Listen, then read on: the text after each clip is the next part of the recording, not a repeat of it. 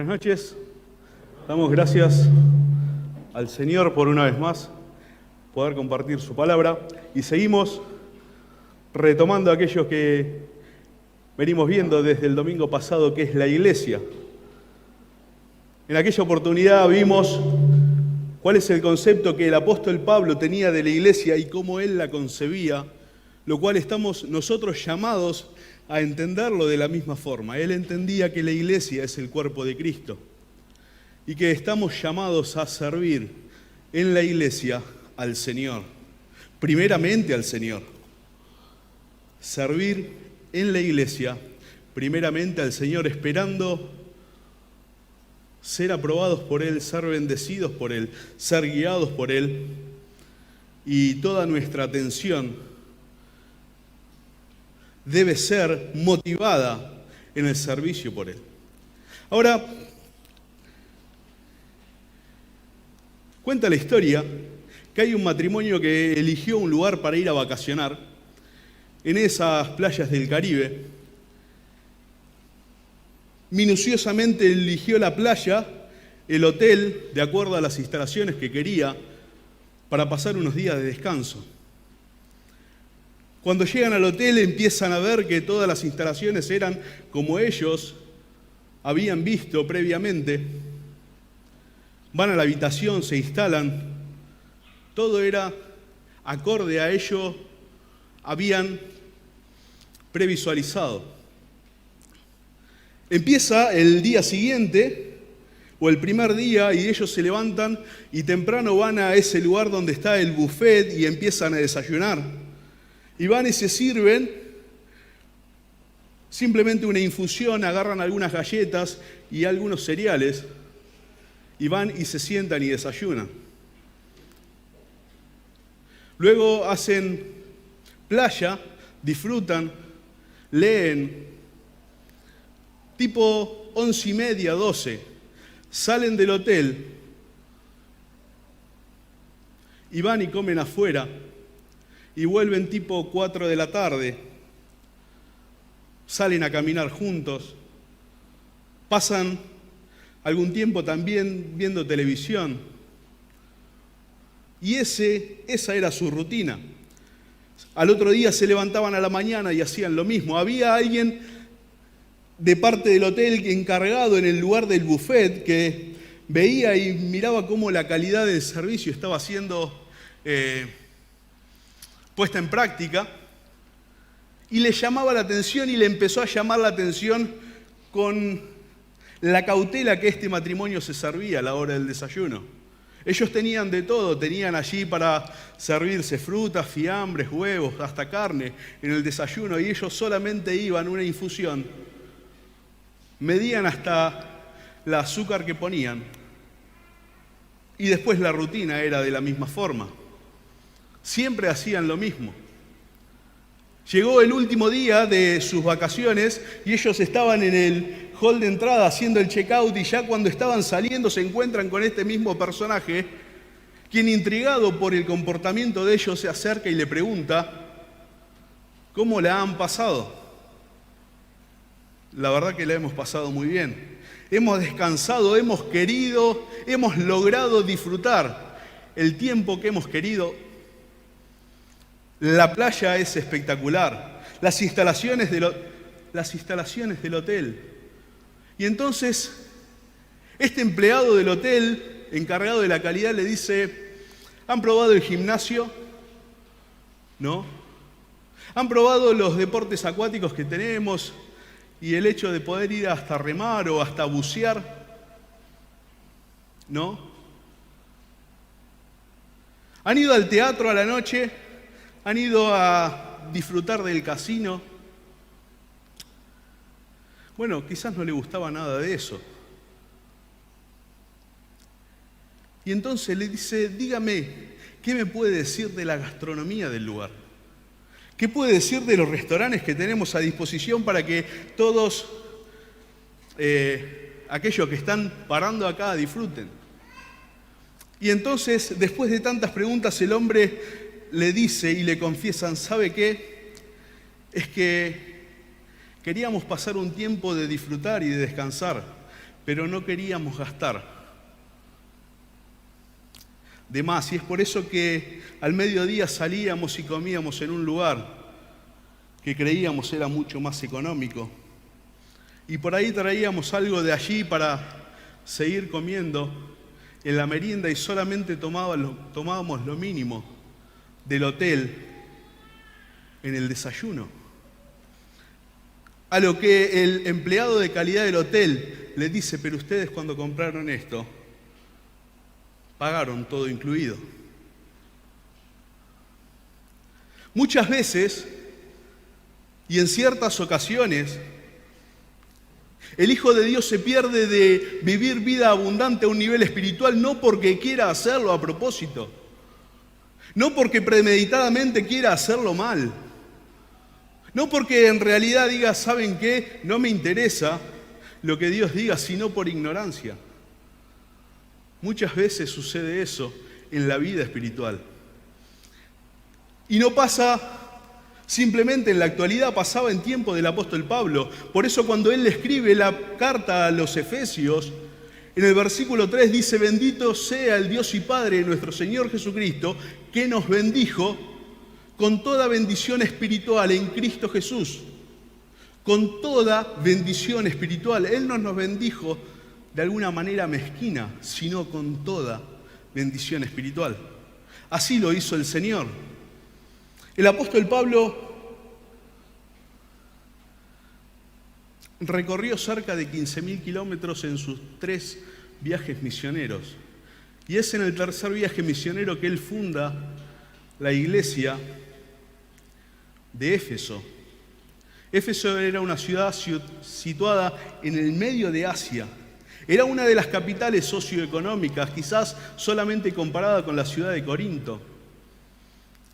Tenía una particularidad esta ciudad, y era que allí estaba el templo de la diosa Diana, 67 metros de ancho por 130 de largo. Alguien escribió en aquel tiempo y dijo: cuando el sol salía no tenía nada más lindo en su recorrido que el templo de Diana. Era una ciudad totalmente pagana, idólatra al extremo, también llena de filosofía. Y es ahí donde el apóstol Pablo trabaja poco más de 2 años para fundar la iglesia de Éfeso. Ahora, el apóstol Pablo, después de fundar la iglesia y tiempo después, cuando él les escribe, hay algo que él tiene en mente y dice: tienen que ver cuáles son las riquezas del Dios que adoramos.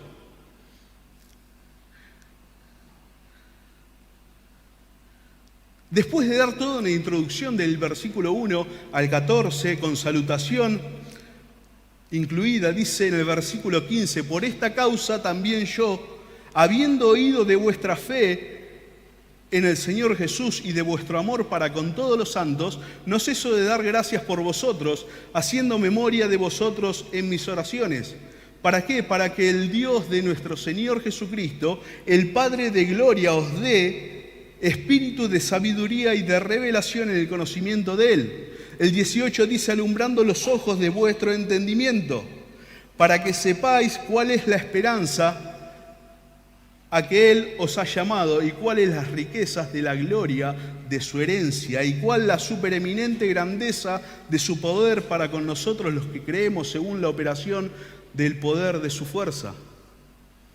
En otras palabras, lo que el apóstol Pablo está diciendo es: yo oro al Señor por ustedes para que conozcan en plenitud, en grandeza al Dios que adoramos, porque es la forma en la que entonces se va a poder empezar a vivir una vida plena y abundante y rica como Él prometió.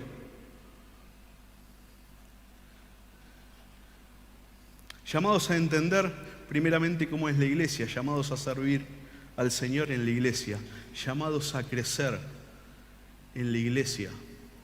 Ese es el tercer punto de este tema, llamados a crecer. El apóstol Pablo tenía en mente el hecho de que ellos debían crecer y para crecer no lo iban a poder hacer a menos que conozcan cuán rico es Dios, cuán misericordioso es Dios, cuánta paz provee Dios, cuánto amor tiene este Dios. El apóstol entiende esto. Ahora el apóstol va más allá. Uno diría: Pablo, ¿por qué simplemente estás orando? ¿No hay nada más para hacer? ¿No tenés alguna conferencia en línea esperando para transmitirle a ellos? Algún mensaje de esos espectaculares que seguramente das. ¿Por qué no vas a la iglesia de Éfeso o se los escribís en vez de escribirle una carta como la que le estás escribiendo? En vez de decirle que orás por ellos, fijarte la forma. Es que Pablo sabe cómo el crecimiento funciona, cómo el crecimiento opera, cómo el crecimiento de una iglesia se ve.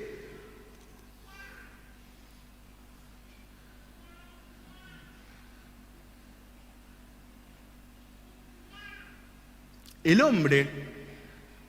apóstol Pablo, cuando le escribe la carta a los Corintios, en la primera carta, en el capítulo 3, le habla a ustedes. ¿Se acuerdan cuando había esa disputa de que decían: yo soy de Pablo, yo soy de Apolos?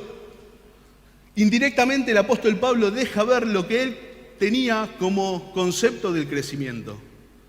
Dice: uno sembró, el otro regó, pero ¿qué dice? Pero el crecimiento lo da Dios. Pero el crecimiento lo da Dios. Todo lo que el hombre en iglesia y todo lo que en actividad podamos hacer en iglesia no va a ser más que arar la tierra, sembrar la tierra, regar la tierra, fertilizar la tierra, regar la tierra, fertilizar la tierra, y así. El crecimiento lo da Dios.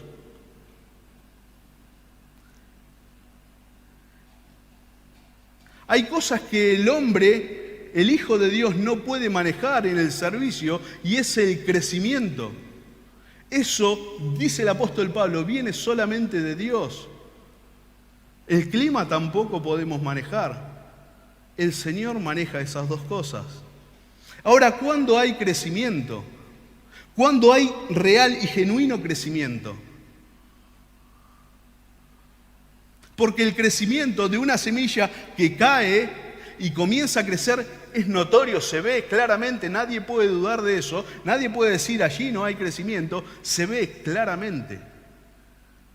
No es algo bueno, debe crecer pero yo no lo veo, debe estar pero en realidad no es tan aparente. El fruto de la obra del Señor se ve.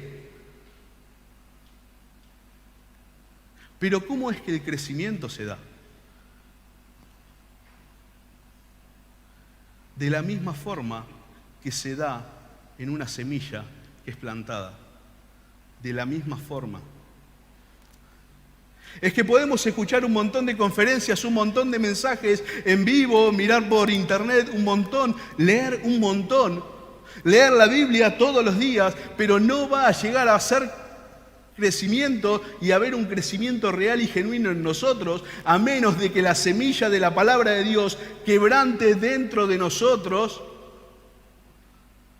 y entonces hay crecimiento. Es que si yo tengo un dolor terrible y voy al médico y él me dice: mirá, esto es lo que te está pasando, debes hacer esto, esto, esto y esto, y yo llego a mi casa, guarda con los ejemplos que digo, ya he tenido algunos. Y yo llego a mi casa y me pregunta mi señora: ¿cómo te fue? La verdad que ya me siento muy bien. El médico descubrió qué es lo que tengo. Hasta me dijo qué es lo que tengo que hacer, qué tengo que comprar. Eso no soluciona el problema. Eso no me va a dar a mí sanidad en ningún aspecto. Tener yo el conocimiento de qué es lo que me pasa no me va a curar en absolutamente nada. Y muchas veces, con la rutina religiosa, creemos que el simplemente estar nos santifica por el simplemente hecho de escucharlo, Y no es así. La palabra de Dios no va a crecer en nosotros y no va a surtir el efecto y no se va a efectivizar en promesas a menos que en nuestro interior esa palabra quebrante.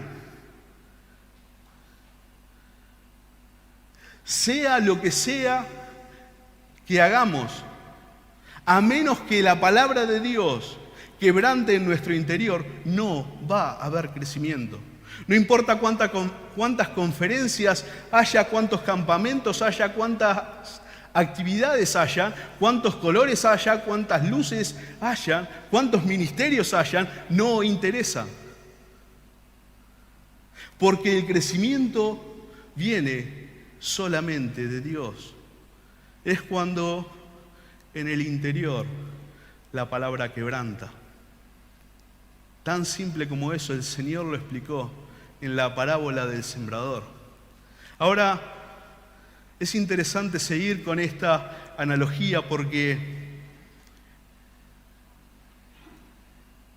a veces creemos que no hay fruto y como no hay fruto entonces viene el desanimarse porque fíjate cuánto tiempo que estoy sembrando y no veo nada que esté floreciendo y regando y nada y la fertilizamos y nada.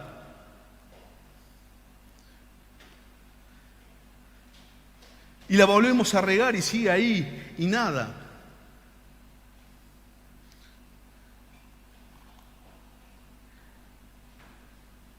El punto para eso es, mi hermano, sígalo haciendo. Siga sembrando. Siga regando. Siga arando la tierra. Siga fertilizando. Porque estamos sirviendo al Señor. Y esa es la tarea que Él nos encomendó. Y el crecimiento y lo que suceda luego pertenece a Él. No es la palabra de Dios que falla, sino nuestras expectativas de querer por ahí ver algo. Pero Dios no ha fallado. Hay algo que tiene la palabra de Dios y la semilla como cualidad distintiva, y es que no vence. No se echa a perder. La palabra de Dios sembrada puede haber caído en tierra dura, pero en el momento que esa tierra se ablande y tenga la temperatura correcta para que la semilla entre y alguien esté regando por allí, va a germinar. No importa si es este año, el año que viene, el siguiente, de acá 5 años o 10 años, va a germinar porque la palabra de Dios no pierde vigencia.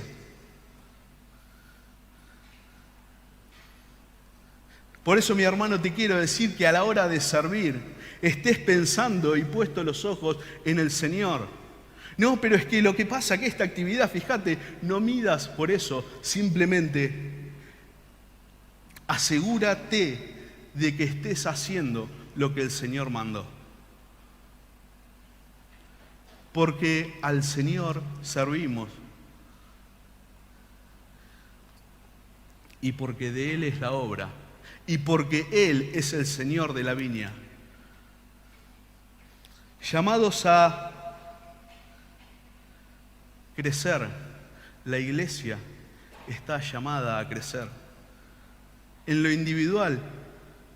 Y entonces empezará a haber fruto a un nivel colectivo también. Estamos supuestos a ver la iglesia como, bíblicamente, como el apóstol lo veía, llamados a servir en la iglesia y llamados a crecer en la iglesia. Ahora, hay algo que no podemos dejar pasar por alto. Y es el hecho de que estamos llamados a vivir y practicar santidad comunitaria. Santidad comunitaria.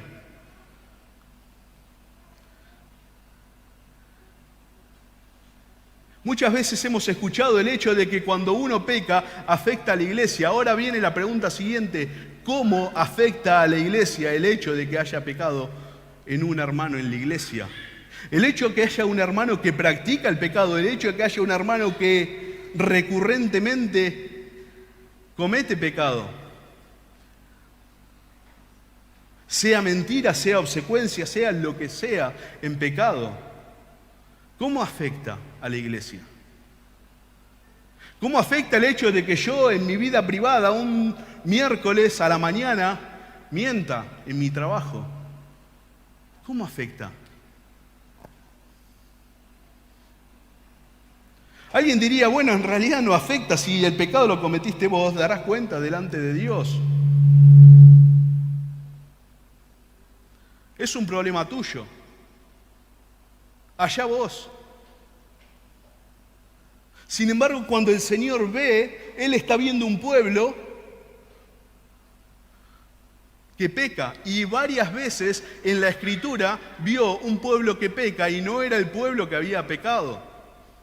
Cuando el pueblo había hecho el becerro de oro, dice, el pueblo había hecho el becerro de oro, pero eran 2 millones y no murieron 2 millones. Y aún así el Señor consideraba que era el pueblo el que había pecado. Porque Él ve colectivamente. Porque Él ve lo macro, Él ve la iglesia toda y ve la iglesia local toda, cómo en realidad glorifican su nombre en conjunto. Bueno, pero yo no lo veo así, pero el tema es que no es como nosotros lo veamos.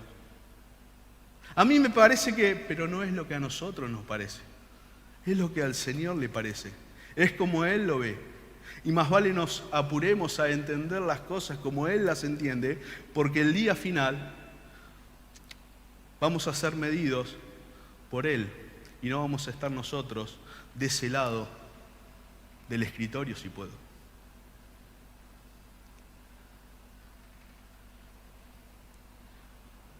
A veces creemos nosotros y nos autoconvencemos de que ese pecado no va a afectar a la iglesia, de que ocultar un pecado no va a afectar a la iglesia. Primero, es un acto de egoísmo total y terrible, absoluto.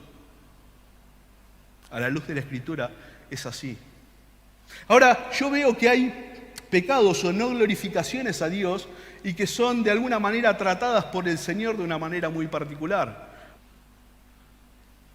Ahora, hay un caso emblemático que grafica lo que el Señor piensa del pecado cuando hay pecado en el pueblo, y es Josué capítulo 7. Josué capítulo 7 se da en el marco de cuando el pueblo había vencido Jericó. Una ciudad grande, amurallada, las murallas habían sido destruidas y el Señor les había dicho que entren y maten todo, hombres, mujeres, niños, animales, todo. Por cierto, no es que Dios sea un genocida como se lo ha tildado. Él estaba ejecutando juicio sobre una ciudad que era totalmente perversa y abominable, que hacían cosas innombrables. Y Él está limpiando y comenzando la limpieza por allí. Y el pueblo de Israel vence esta ciudad amurallada y la destruye, y todos los demás pueblos empezaron a temer el hecho de que el Dios de los ejércitos, o el Dios de la guerra, como era llamado en ese tiempo, nuestro Señor, estaba del lado de estos que venían colonizando, invadiendo, conquistando toda la tierra de Canaán. Y luego de vencer Jericó, lo que seguía en la agenda era ir por Jai.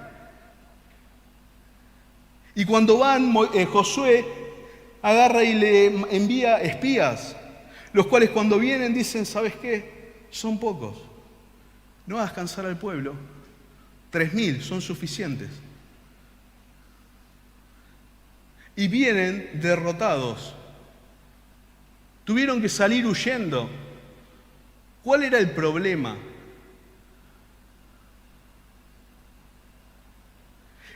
Josué es como que no entiende, porque otras veces había habido pecado en el pueblo, ahí había habido un pecado particular y era que estaban ocultando el pecado. Había una obstinación de una familia puntual que estaba ocultando el pecado. Y el Señor, cuando Josué va llorando, si puedo, le dice: ¿qué haces? El pueblo ha pecado.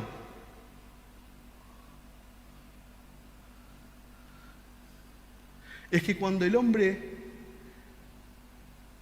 peca por debilidad, el Señor perdona. Pero cuando peca con rebeldía y obstinación, premeditación, consistencia, bueno, ahí el Señor castiga y ahí el Señor se pone de enfrente. Dice: los cielos se iban a cerrar. Dice: no van a poder hacer frente a sus enemigos. Yo no voy a estar con ustedes. El Señor dijo eso, Josué capítulo 7.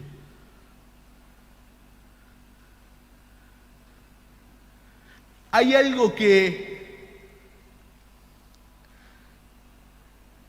detesta el Señor. Y no es ese pecado que también lo detesta, el pecado cometido por debilidad, sino el pecado que se esconde debajo de la alfombra y que parecería que está todo bien y que nos sonreímos y está todo bien, pero el pecado que está debajo de la alfombra es aquel que está pudriendo el pueblo, y el Señor ve eso y dice: ¿qué? No van a poder vencer a sus enemigos.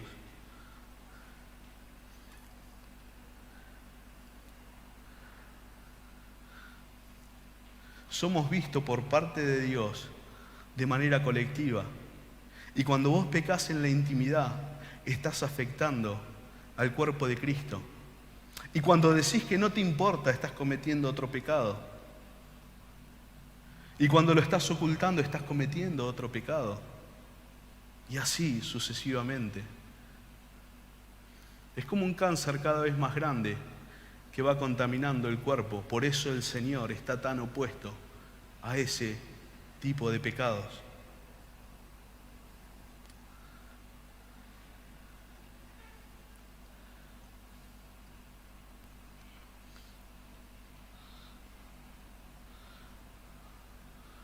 Somos llamados a vivir en santidad corporativa, a pensar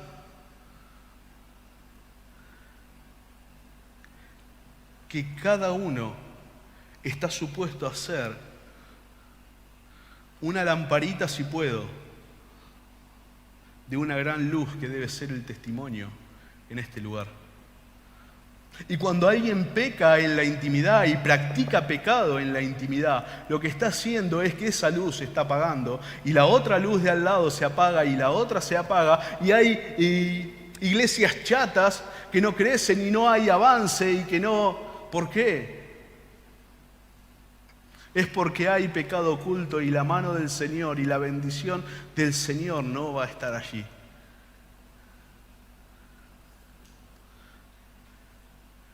La única forma de tratar eso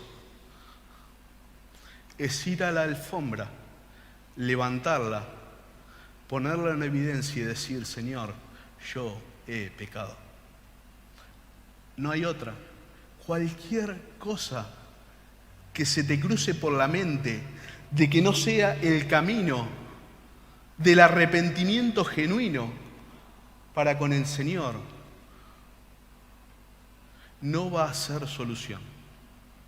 Cualquier cosa que hagas que no sea arrepentimiento genuino, cualquier cosa que antepongas al hecho de buscar restauración real y genuina de parte de Dios, no va a hacer que haya restauración. Bueno, lo que pasa que es solamente insignificante, es que en realidad es en nada que afecta a los demás. Claro que sí. Claro que sí. Tenés un grado de luz que dar y de glorificar y de representar al Señor, que cuando en pecado se está, no se hace. Y entonces estás afectando y dañando al cuerpo de Cristo. Si hay algo que tiene como cualidad el pecado, es que el Señor, del cual nos hablaba ese en la cena y del cual le hacemos memoria, aquel que resucitó, vino por causa del pecado. Vino para decirte, hay posibilidad de restauración. Arrepentidos y convertidos, dice, para que sean borrados de vuestros pecados, Hechos 3:19, para que de la presencia del Señor, entonces, para que de la presencia del Señor vengan tiempos de refrigerio. Si te pusiste a pensar, hay un común denominador en los puntos que hemos visto, y es el mismo. Cuando hemos creído en Él, hemos sido injertados y formamos parte de la familia de Dios. Él nos ve así siempre y nos va a ver así siempre. Él va a estar con nosotros cuando en el tiempo de crecimiento seamos inmaduros. Él va a estar con nosotros aún hasta cuando haya negligencia en nuestra administración. Él va a estar con nosotros cuando haya traumas. Él va a estar con nosotros cuando tengamos esos tiempos de no fe, de negación, si puedo. Pero Él no va a estar de nuestro lado, sino que estará enfrente nuestro cuando haya pecado, cuando haya rebeldía, cuando no digamos del pecado lo que Dios dice del pecado.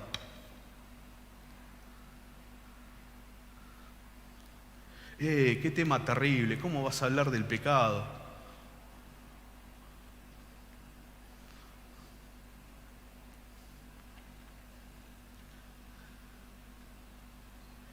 El Señor vino por eso. No vino por otra cosa. Vino porque el pecado bloqueó la mente, vino porque el pecado generó separación entre Dios y el hombre, vino porque el pecado generó condenación perpetua para el hombre. Y nosotros, la familia de Dios, el cuerpo de Cristo, estamos pensados en este tiempo para glorificar a Dios y para vivir según Cristo Jesús, el cual es primeramente santo, en segundo lugar es santo y en tercer lugar es santo. Y nosotros somos parte de ese cuerpo. Nosotros formamos parte de esa familia. A veces no por querer hacerlo adrede, a propósito o premeditadamente, sino que a veces es por falta de ignorancia. De no saber cómo hacer y cómo sobrellevar la situación. Cuando se trate de pecado, solamente una cosa: rodillas en el suelo, sin excusarte en absolutamente nada, sin buscar ningún reparo, ni anteponer el hecho de sentirte bien en absolutamente nada. El Señor, perdón. Y entonces empieza a sanar. Y entonces empieza a curar. Como un efecto dominó. Así trabaja nuestro Señor cuando hay restauración.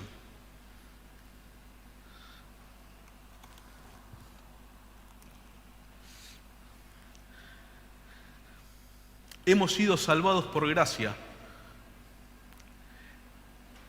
No nos ha costado nada a nosotros, pero no quiere decir que haya sido barata la salvación que disfrutamos, la posición que disfrutamos, el lugar en el cielo que Él nos ganó, la esperanza gloriosa que tenemos.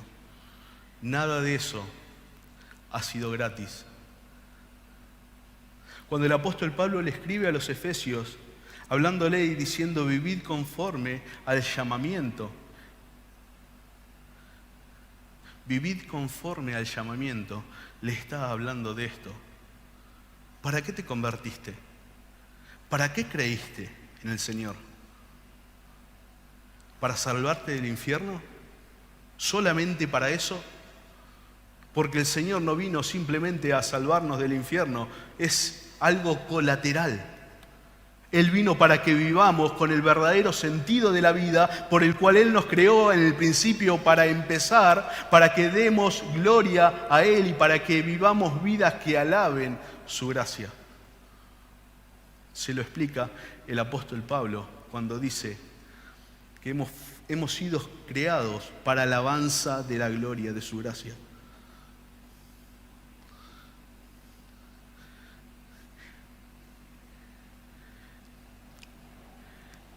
No es bueno rutinizarse y seguir y amanecer al otro día. A veces es bueno parar, poner en punto muerto, apagar, que no haya ruido, y entonces analizar nuestra vida y ver cómo en realidad estamos viviendo. Si tenemos una mentalidad de vivir corporativamente o simplemente estoy queriendo vivir mi vida sin importar la de mis hermanos, la del otro.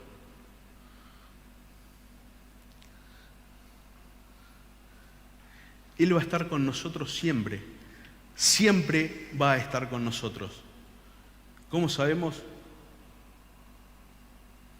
Porque Él lo prometió. He aquí, yo estoy con vosotros todos los días hasta el fin. Simplemente como eso. Él va a estar con nosotros. Es garantía de que Él va a estar con nosotros, al lado nuestro. Cuando querramos crecer, Él estará al lado nuestro. Cuando lo hagamos mal en el crecimiento por ser nuevamente inmaduros o lo que fuese, Él va a estar ahí. Porque Él es el Dios Todopoderoso, pero primeramente, Él también ha querido dejarnos dicho el hecho de que es nuestro Padre. Y esto es para que nosotros entendamos que es el Padre el que está mayormente comprometido en el crecimiento de su Hijo. Ah, bueno, como lo hiciste mal, lo venís haciendo mal los últimos 6 meses, ¿sabes qué? Sos un idiota, no me interesa. Ahí hay algún padre que lo hará de esa forma. Bueno, aunque un padre lo haga, el Señor no lo va a hacer. El Señor nos ama a nosotros. Quiere que crezcamos en Él, que crezcamos para Él, que cada vez seamos más parecidos a ese ejemplo que Él nos dejó por medio de la vida perfecta que vivió el Señor Jesús. Que podamos vivir una vida abundante, una vida gloriosa, no una vida como haciendo malabares, sosteniendo cosas de que tengo que sostener la vida de iglesia, la vida en el trabajo, la vida en mi familia. No, toda tu vida es una y está pensado a que sea para glorificar al Señor en todo área de tu vida.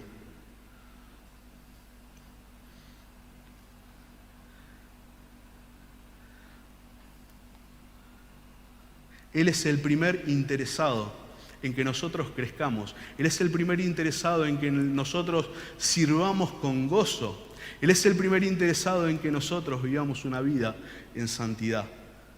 Está en nosotros el hecho y el querer también alinearnos a su propósito para entonces fluir